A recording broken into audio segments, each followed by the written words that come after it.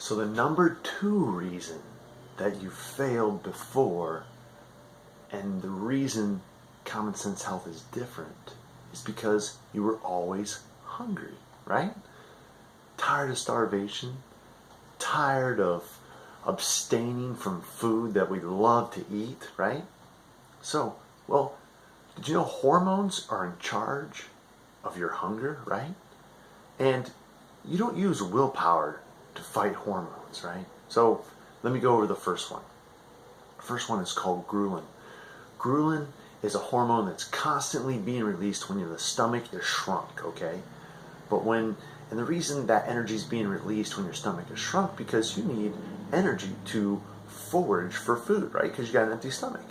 But when you stretch that gut, ghrelin stops being released. You now have a full gut in order to survive. You no longer need an energy release to forage for food, right? So that's how ghrelin works. That's Thanksgiving dinner, right? We sit down, we stuff our faces eating all this wonderful food, and afterwards everybody wants to do what? Sleep. That's because of ghrelin. You see how powerful that hormone is? What if you just took that one idea into work for yourself, right? You don't have to abstain from eating food. Just don't stretch your gut. You'll nourish your body. You'll keep your energy. And you can always go back for more later, right? And when you keep the energy, you're going to continue to burn fat and burn energy. And you're going to feel good, all right? You're not going to be tired all the time. So we can see the power of that hormone. Well, you know there's another hormone? By definition, it means to be thin and satisfied. Leptin is a Greek term that means thin, also called the satiety hormone, which means to be satisfied. You're like, wait a second. How come I haven't discovered that on my own? If hormones are really that powerful, how come I haven't discovered that? Well, it turns out there's another hormone that blocks leptin, that blocks your satiation. That's insulin. Insulin is produced anytime you put too much sugar or carbs into your blood.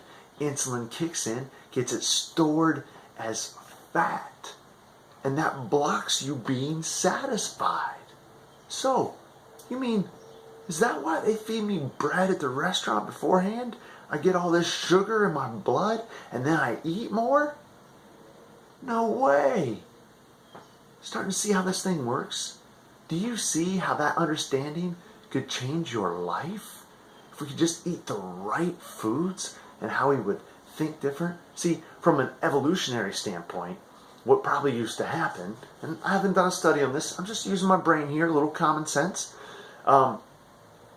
We would, when the fruits were on in the spring and summer and fall, we would eat that.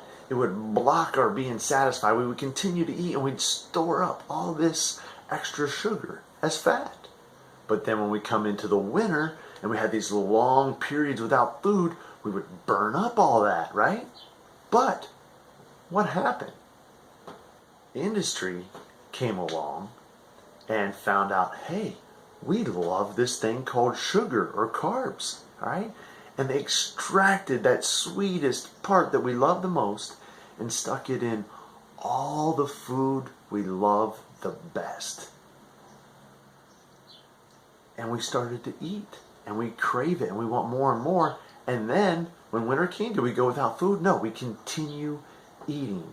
See, that brings us into my last point, is you are surrounded with food that does not help you achieve what you want to achieve. You are surrounded by food that is designed so you'll eat more. I mean, think about it. If you have a job or a business of selling yogurt, do you want to sell more or less, right? So that's why they add all that sugar into the yogurt so you'll eat more. It blocks your satisfaction, right? I mean, it just had to happen. I mean, think about it like this. Grandma makes a mean apple pie, but Grandma finds when she puts sugar on the crust, It all disappears, not one piece left. Does Grandma put sugar on the crust? Absolutely. So, if Grandma's going to sell us under the bus and feed us sugar, what do you think industry's going to do? Right? They're going to sell us more. So, who does that leave to solve this problem? Because industry's not going to solve it. They're always going to get you what you want more of. That's their job by definition, right? It becomes up to you to figure out what we just talked about, right?